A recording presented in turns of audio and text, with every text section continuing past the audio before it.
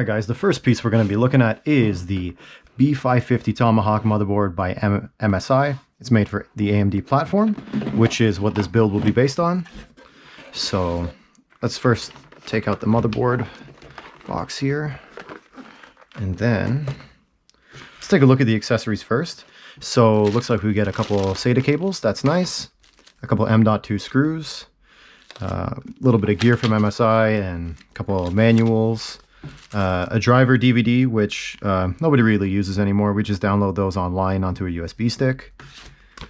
Not one at a time, all at once. Oh, that's pretty cool.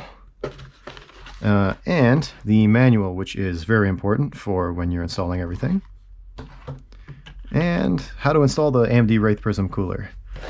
So let me just close this up so I can take out the actual motherboard and put it on top of this box here. The reason I'm placing the motherboard on top of the box is so I have basically a surface here that's anti-static, so I won't cause any damage to the motherboard. Okay, and then looking at the motherboard quickly, we can see that we have room for two M.2 SSDs, which is pretty awesome. There's a lot of connectivity down here at the bottom. That's pretty cool. We got a USB-C header for the front. Plenty of options for fan control. Overall, this looks like a pretty good board. The VRMs are cooled, looks like really nicely. So this looks like a good base to start off a new AMD build with. All right, let's take a look at the next piece. All right, so the next piece that we're going to be looking at here is the processor itself. And I have gone with the Ryzen 7 3700X. The reason that I chose this processor was because the client is looking to do gaming and streaming at the same time. Normally something like a Ryzen 5 would be more than good enough for gaming if you're not gaming in 4K. But just in case the client does want to stream, I thought that the extra core count might be helpful. And it was on sale at the time, so everything seemed to have worked out. Now I will open this, but I'm not going to be taking the actual processor out because I don't want to risk damage before I actually construct the computer. But I will open the box just so we can see what is inside of it.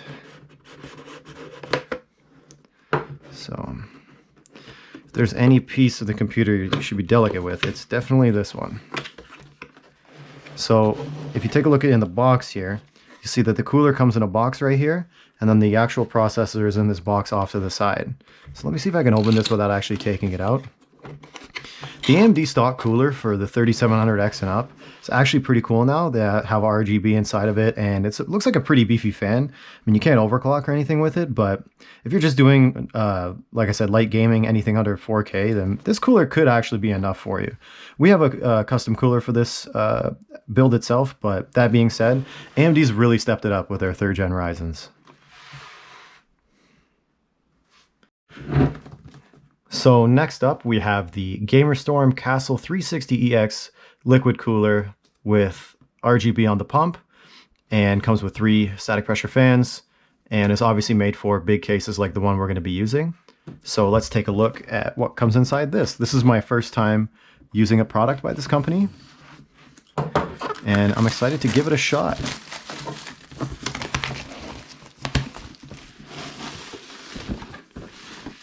Get rid of that plastic. Okay, let's open it up and see inside.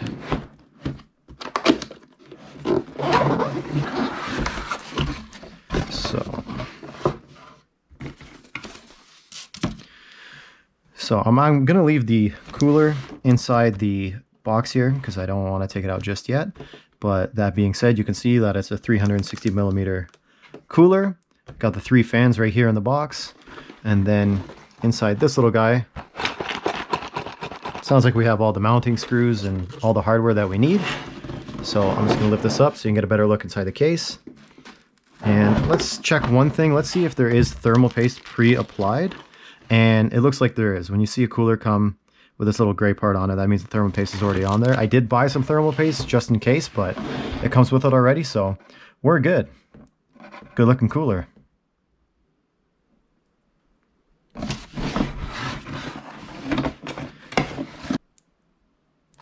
Now I know what you're thinking, why do you have a SATA drive and not an M.2 drive? Well, the simple reason is that this was on super sale for Amazon Prime days, And the difference between M.2 and SATA for gaming isn't really all that much, so you're not really going to notice it when you're playing games. This should more than suffice for what the customer needs. That being said, Samsung makes some of the best SSDs on the market, so that's why we went with this one. Let's open it up and take a look.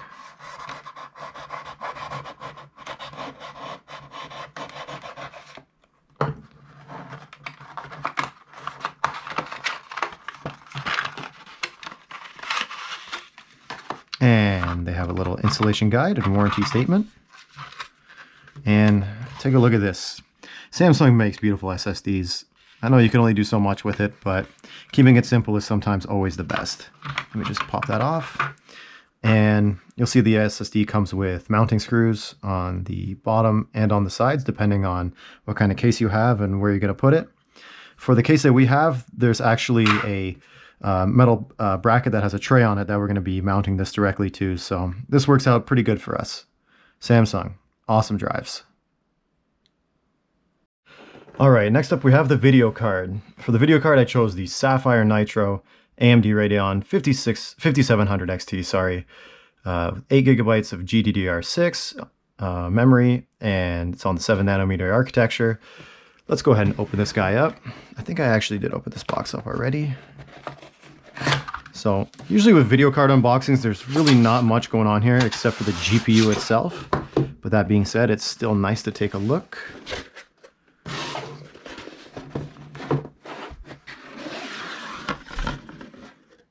So we have a couple notices and manuals here. Let's just put those to the side. And we just want to look at the goods here.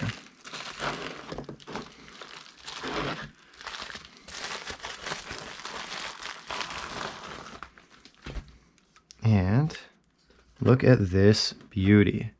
3 fans. I think it's got, I'm not sure if it has RGB or not, but really who cares. And let's take a look at the back plate. And so it's got a pretty cool looking back plate on it. Be careful when you're handling it though, because the back of the GPU is exposed right here, so you don't actually want to touch that. And yeah, pretty good looking product by Sapphire. Not bad.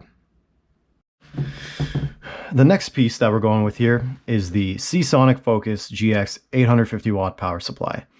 For the computer that we're building, this is kind of overkill, but I wanted to get a really high quality power supply like one from Seasonic or EVGA, just because of all the components in your system. The power supply is very important, because if there's any issues with it, it could short circuit your system and start causing problems with your other components. So a lot of issues could actually start from your power supply. So you really want to make sure that you have a good quality power supply, and companies like Seasonic and EVGA and some Corsair power supplies are really nice. So I highly recommend going with one of these if you're going to be building a computer on your own. So let's open this up, take a look inside.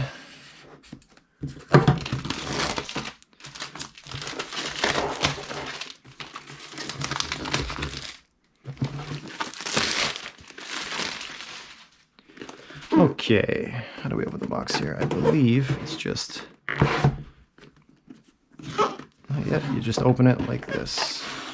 Okay, so we got a couple notices and manuals from Seasonic here. I'm just gonna put these to the side.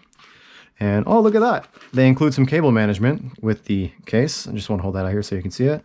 Cable management, for those of you who are OCD, this is really helpful. This right here, I believe, is a jump start for your power supply. So if you need to test like a water cooling loop or something, I believe you just hook that into the power supply and it will switch it on.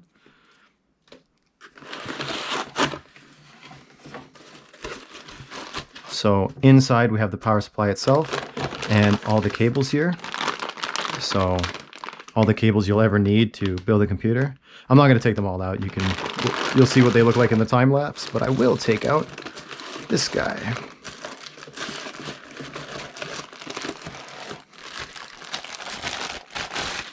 So here is the power supply. So we have the fan. It says focus on the side. If we take a look at the back, it has the hybrid mode button. If you want to know what that does, just read the documentation. Your power switch, and then your fully modular blocks here. And they have everything labeled for you. So you know that this is your motherboard power. This is your CPU power / PCIe on this side. Same thing down here. So that's pretty cool. They label everything for you. This is a really nice power supply. It's got a little bit of weight to it. Like I said, I think Seasonic is one of the best, if not the best. So if you are building a computer, I highly recommend checking these guys out.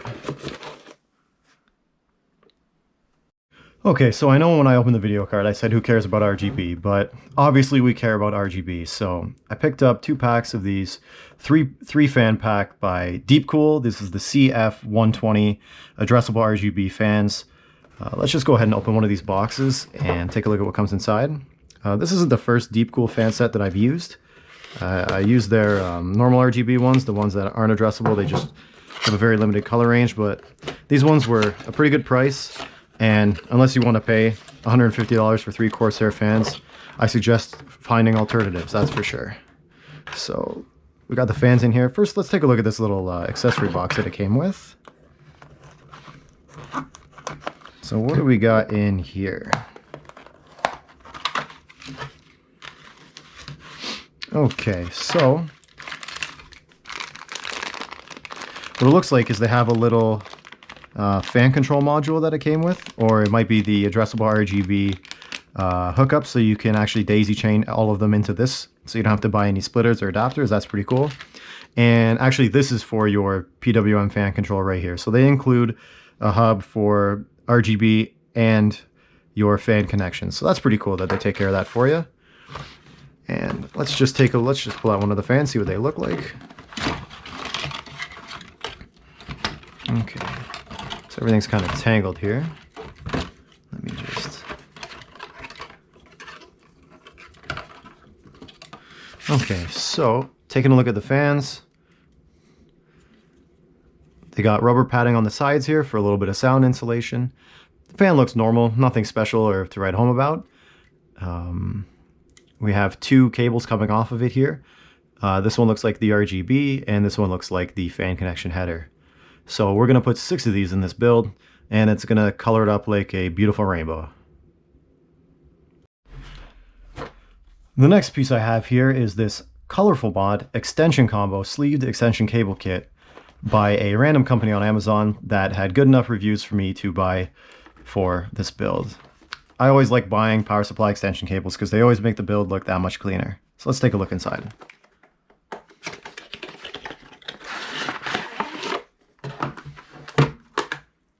So we have a nice 24-pin power extension cable here for the motherboard. You can see right here inside the box, we have these little clip-ons that help keep the, you actually take these, you snap them onto the sleeves right here, and they keep them nice and straight for you. And then on the inside, you'll see that we have the rest of the extension cables. I believe there's 2 PCI Express and 2 motherboard CPU extensions in here. So quite a nice little kit for the price.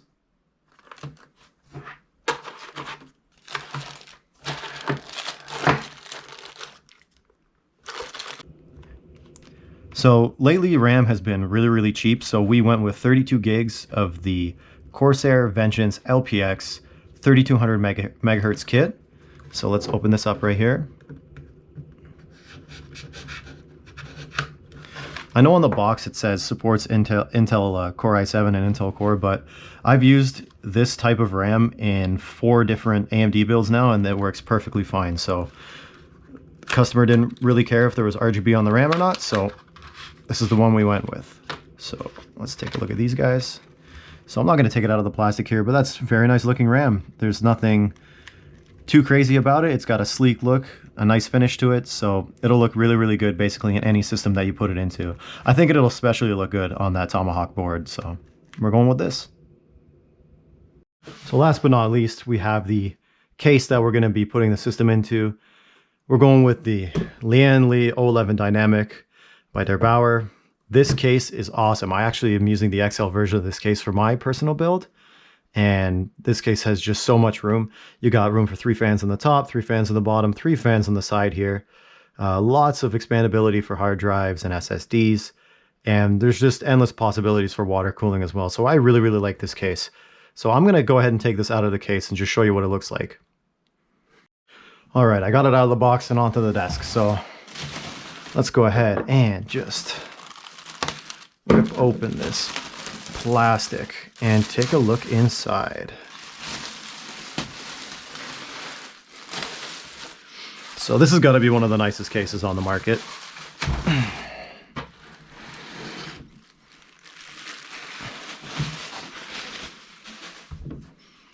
Okay.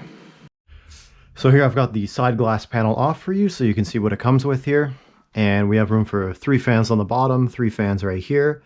You can put them on the front or the back. 3 fans at the top. It comes with 2 SSD trays right here if you want to use them.